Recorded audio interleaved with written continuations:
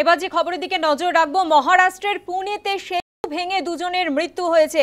ইন্দ্রায়ণী নদীতে সেতু ভেঙে পড়ে এবং তারপরে পর্যটকদের নিয়ে নদীতে ভেঙে পড়ে সেতুটি। এখনো পর্যন্ত দুজনের দেহ উদ্ধার হয়েছে। বহু পর্যটকের তলিয়ে যাওয়ার আশঙ্কা। উদ্ধার কাজে ইতিমধ্যেই নেমেছে এনডিআরএফ। মহারাষ্ট্রের পুনেতে সেতু ভেঙে দুজনের মৃত্যু হয়েছে। ইন্দ্রায়ণী নদীতে সেতুটি ভেঙে পড়ে, পর্যটকদের নিয়ে নদীতে ভেঙে পড়ে সেতুটি। এখনো পর্যন্ত দুজনের দেহ উদ্ধার করা হয়েছে। বহু পর্যটকের কিন্তু তলিয়ে যাওয়ার আশঙ্কা রয়েছে। উদ্ধার কাজে নেমেছে এনডিআরএফ। মহারাষ্ট্রের পুনেতে সেতু ভেঙে দুজনের মৃত্যু হয়েছে বলে এমনটাই কিন্তু খবর আসছে। তবে এখনো পর্যন্ত আরো অনেক পর্যটক তলিয়ে গিয়েছে, সেই আশঙ্কা কিন্তু রয়েছে।